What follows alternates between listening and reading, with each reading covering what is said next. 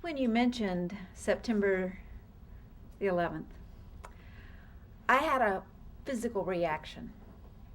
I think it is absolutely clear that every single American knows exactly where they were when they heard about the Twin Towers.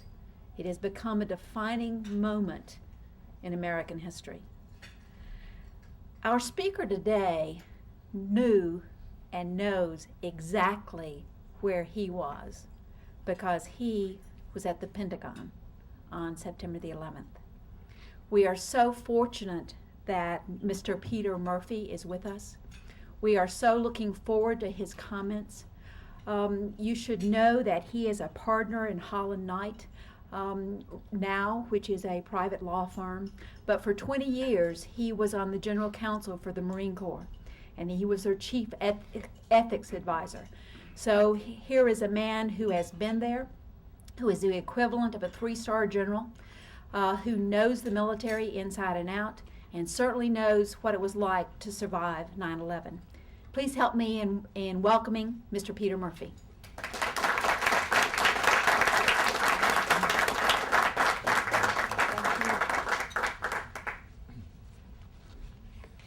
Thank you very much, Dr. Fitzgerald.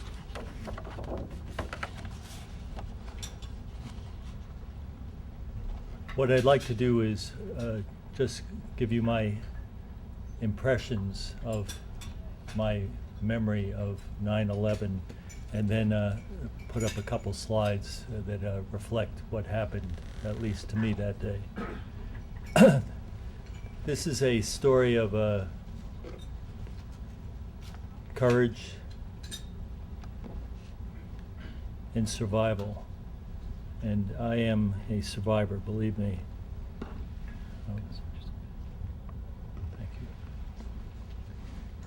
I'd like to just tell you about 9/11. All of you have your own experience. Mine was, well, I think you'll agree it was, if nothing else, scary. To start off, September 11th was a beautiful fall day in Washington.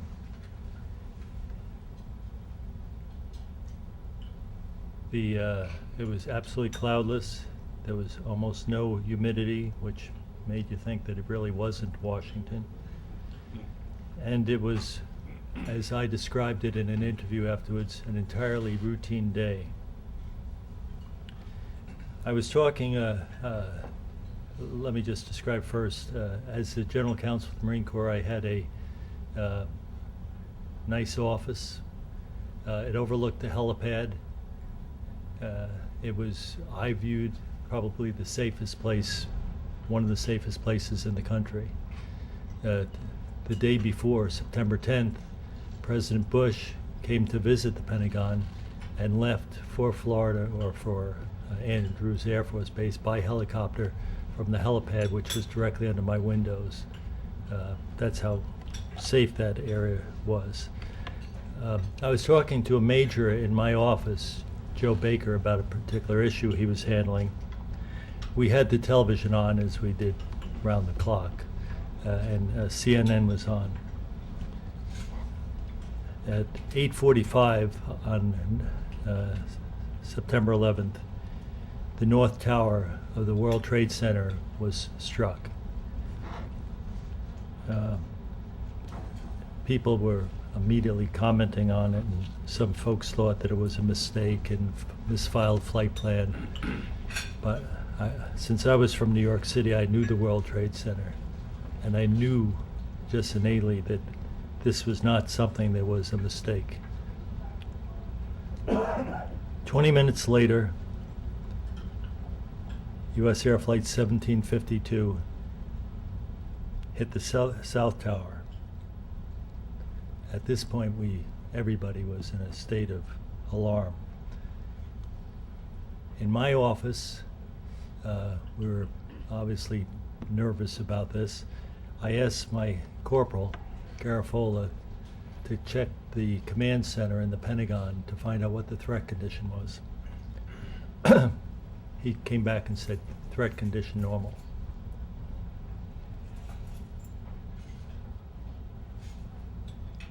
I asked my deputy, Bobby Hogue, who was coming into my office, to verify that. At that moment, 9:39, Flight 77 of American Airlines crashed into the Pentagon.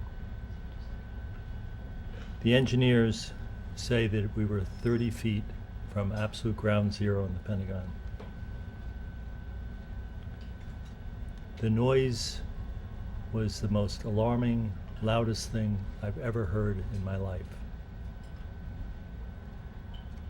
The flash of light immediately after the explosion was blinding. My deputy, Bobby Hogue, would wind up losing most of his hearing that day. When I go through the slides, I'll show you how the Pentagon is built. It was built during World War II with very little steel, and so it's massive concrete and sandstone. The wall actually moved in. Interestingly, the windows saved our lives because they had just been refurbished and they were shatterproof windows. Down the hallway, where they hadn't gotten to the new windows, they were shattered, and there's no way we would have survived if the windows hadn't been replaced. I was thrown across the office. My deputy was thrown the opposite direction towards me, and then we panicked. Well, we couldn't really panic because we couldn't move very much. The office filled up immediately with smoke. The ceiling collapsed. The false floor where the computer wires ran started to buckle. Corporal Garofalo, whom I referred to before, tried like crazy to open the door from the office to the corridor, but he couldn't open it because the floor had risen. Finally, he was able to open it, and we being myself, my deputy, Garofalo, Major Joe Baker that I was talking to, and Kath Ashton, a reservist who was working for me, who was across the hallway under her desk. Not a good strategy. We grabbed her, and all we thought of was escaping. The smoke was so heavy we couldn't see. We made a left turn out of my office and ran into this heavy, thick smoke. We ran walked down the opposite end, making a right turn out of my office, and there were flames coming up. That's where the plane had finally settled. We heard somebody say, "Follow my voice."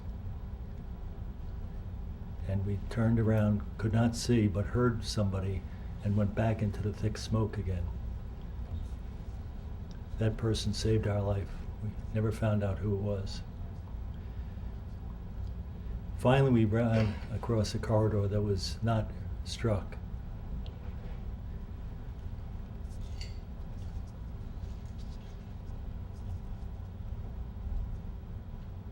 And we were able to finally escape, get out from under the tunnels in the Pentagon and out onto the parking lot.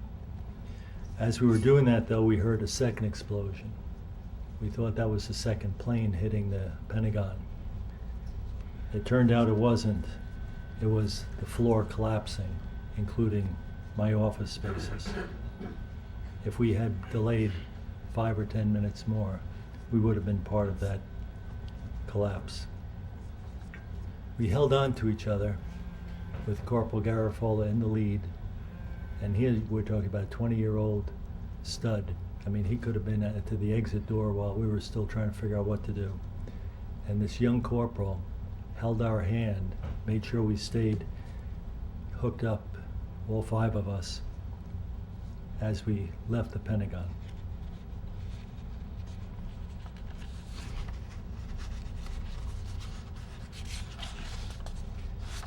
Finally, when we got out to the corridor, we saw some other Marines, and they were really worried about us because they knew, excuse me, where we were located. So we had a reunion with the Marines. We decided at that point We were too shook up and weren't going to be able to provide any assistance. So my deputy Bobby, his car happened to be nearby, and so we got in the car, and the only problem was all the major highways had been closed down. Those of you who know the area around Washington know the 395 south runs right by it. So we started taking side streets and side lawns, and the biggest traffic jam I ever saw. Cell phones weren't working at that point. So I tried to call home, and hadn't worked. Finally, we got on a road. What normally takes me about 20 minutes to travel took us 4.5 hours. My wife had been home, and our home is about 7 miles from 4 miles from the Pentagon.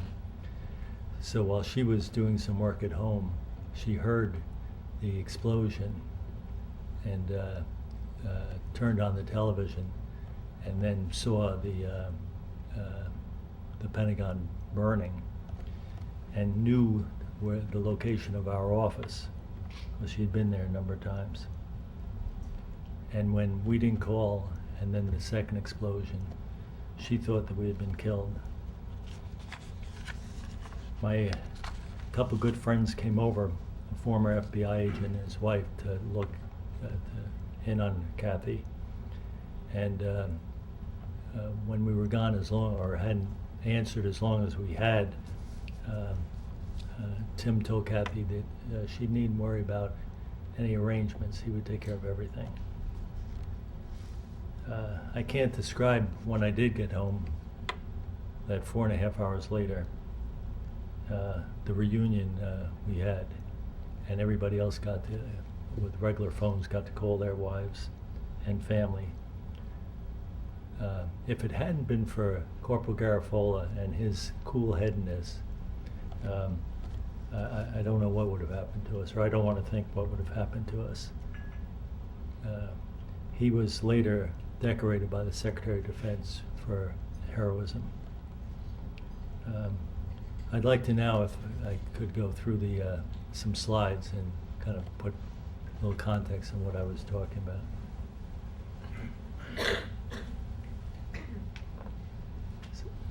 Most of you, I think, have seen the slides of the actual attack. This is one of the very, very few photographs of the Pentagon actually being hit, and it's picked up by a surveillance camera in the parking lot right next to the Pentagon. The dark part is right near the helipad, and my office overlooked that. This is a split second later where the explosion occurs. Next slide. The explosion intensifies again until, and that's the actual strike. As I say, this and a couple other photographs are the only pictures that of the actual strike on the Pentagon. This is what happened immediately after. The bottom photograph shows the Pentagon right at the base of essentially the first floor. Between the first and second floor were the most damage, most casualties. The second one, the top picture, you could see the Capitol in the background.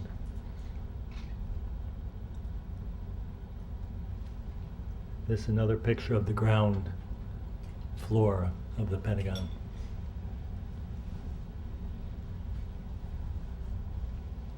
This is what my office looked like on the morning of 9/11 before the bombing. That's the reception area. And this is a very interesting shot of the Pentagon as well. Obviously, to get the whole Pentagon in there, we'd have to have several projector screens. But you could see how the flight came in crashed into the outer wall and then just kept penetrating in through the different rings. The blackened part to the left is where my office was. This photograph was taken, I think, 2 days after the actual fire went out, where around the whole building there were all the rescue vehicles and hospitals set up, and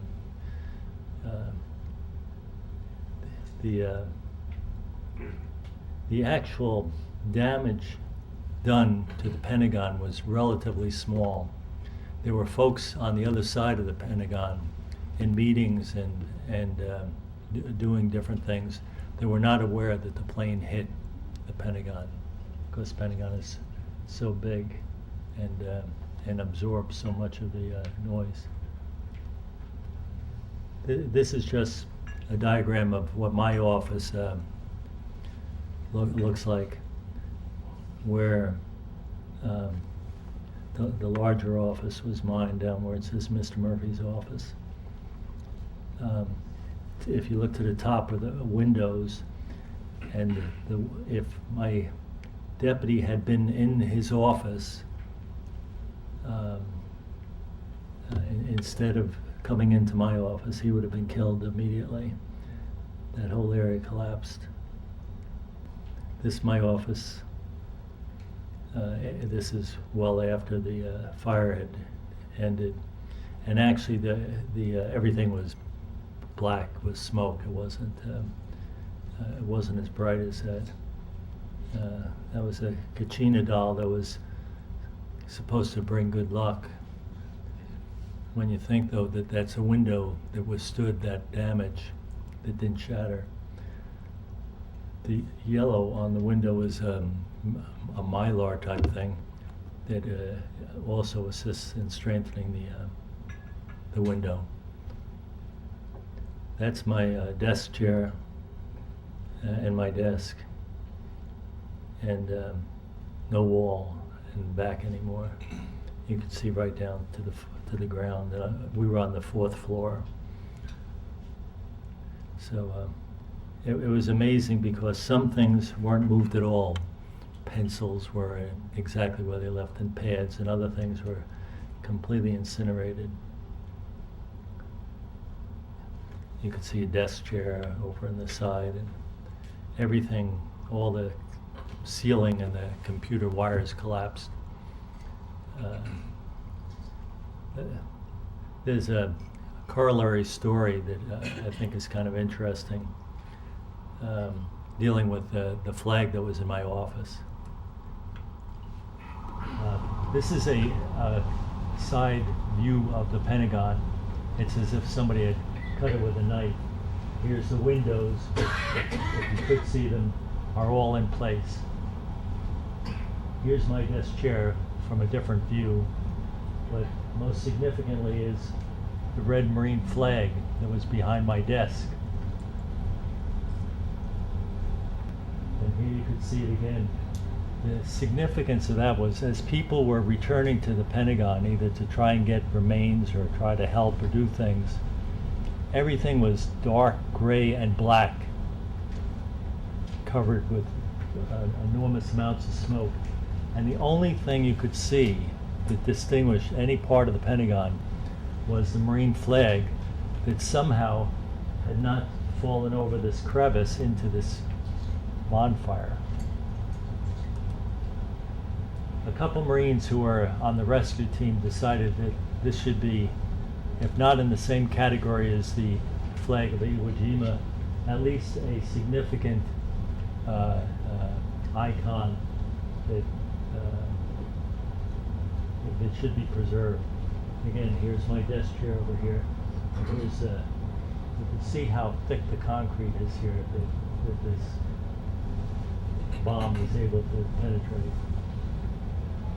This is just from a magazine. Marine officers recover Marine Corps flag from the Office of Counsel to Commandant of the Marine Corps.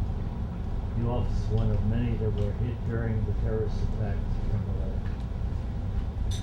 Here's 4 rescuers carrying the flag up the hill from the Pentagon to the Navy Annex. which is a small, not so small, building on the top of the hill overlooking the Pentagon. This is where the Department of Navy and the Marine Corps moved their headquarters because the Pentagon was uninhabitable.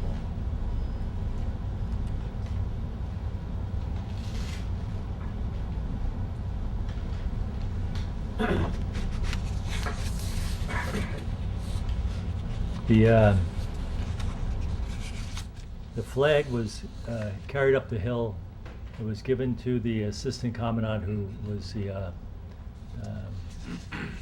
number 2 general in the Marine Corps, 4-star general. The commandant of the Marine Corps presented me with that flag when I retired a year and a half ago.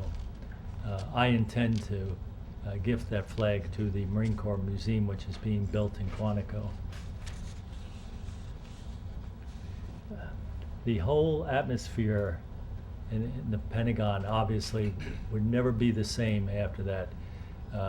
I would go to meetings from the Navy Annex down in the Pentagon, those places that hadn't been affected.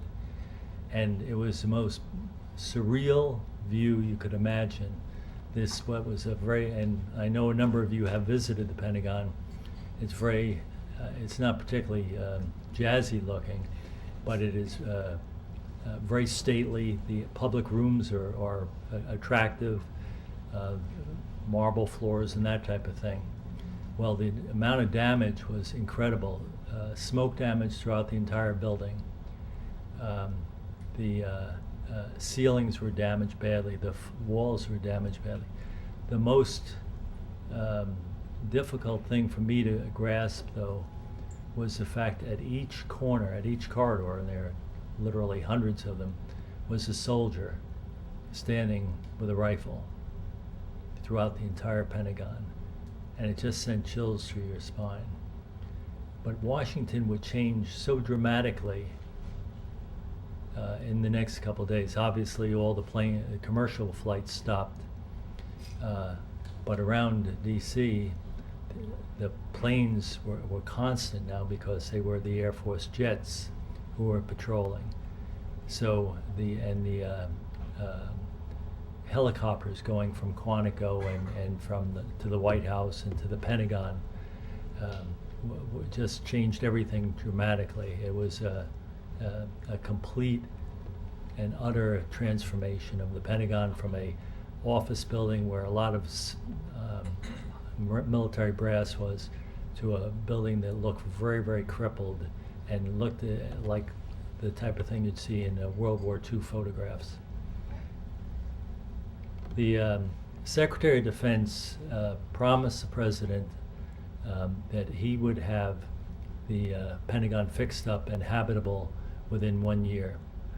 The lucky ones who would be the first office filled was, of course, General Counsel for the Marine Corps. I'm not sure how that worked, but it did. The August 16th copy of the Washington Post reports that we beat the date of 9/11/02, and in August we were able to open up my office.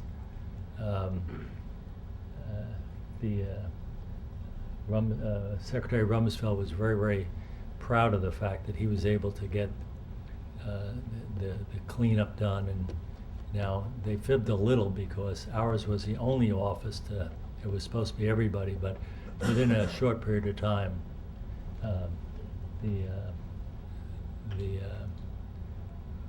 folks did get down to the Pentagon and inhabit it. Now, if you visit the Pentagon, you would never know, except for a memorial downstairs, you would never know that anything negative had happened.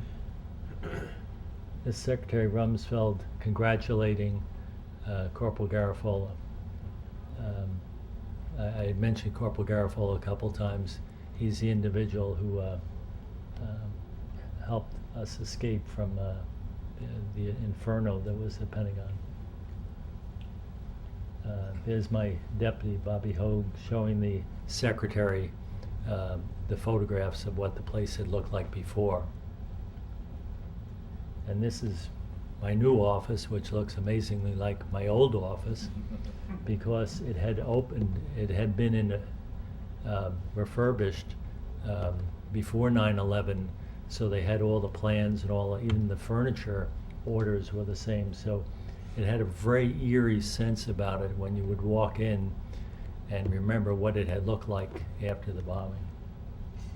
And that is the reason for, as far as I'm concerned, any discussion of 9/11. When I look at that picture, I'm convinced we can never, ever let this happen again. The price in human life, economics, and in our society itself, I think, was so incredible. I'm not sure that we could withstand with the same degree that we did already. I'd be happy to take any questions.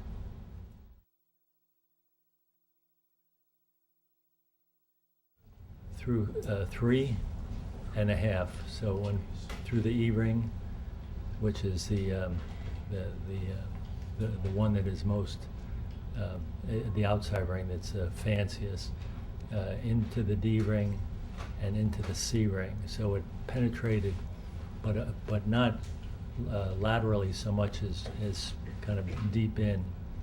I think it was National Geographic did a special on it, on the plane coming into the Pentagon, and how it affected the whole structure, because a huge part of the structure, even beyond the obvious damage, had to be replaced because the heat was so intense that the water, I didn't know that water, the concrete and sandstone structure has to have water inside it, evaporated and just left essentially nothing there to support the walls. But amazing.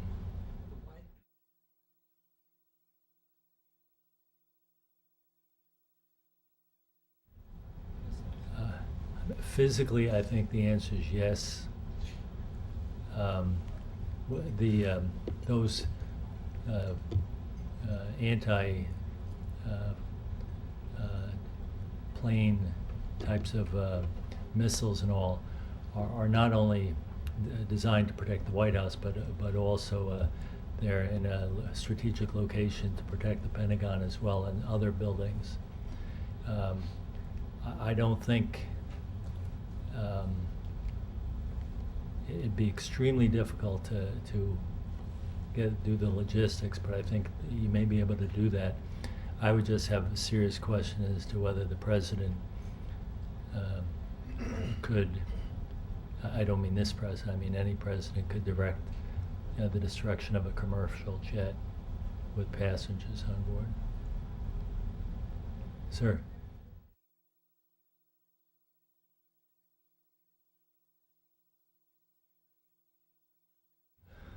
I have very mixed emotions about that.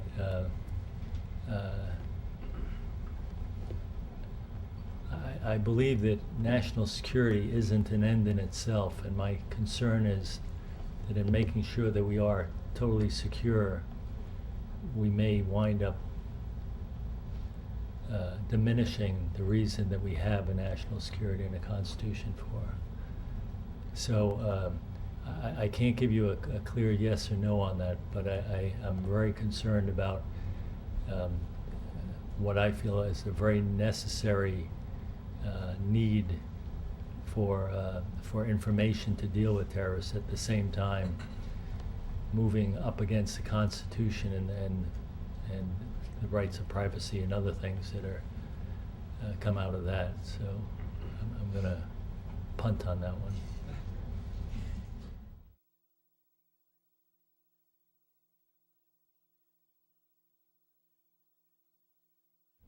They were.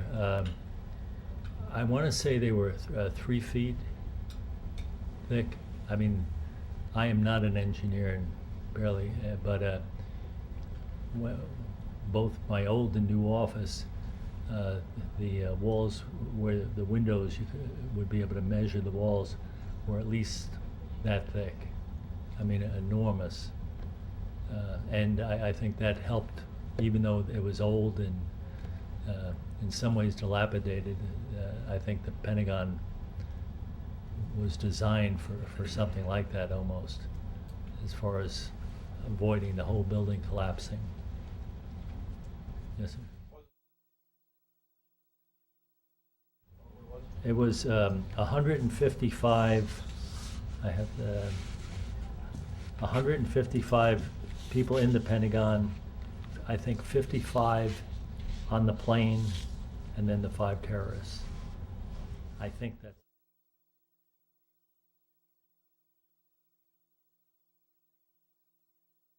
almost all were on the first floor, some on the second floor, and either the E-ring or close to it. It was a very small funnel, and I mean, I know all of us have read the stories about people being trapped. Some escaped.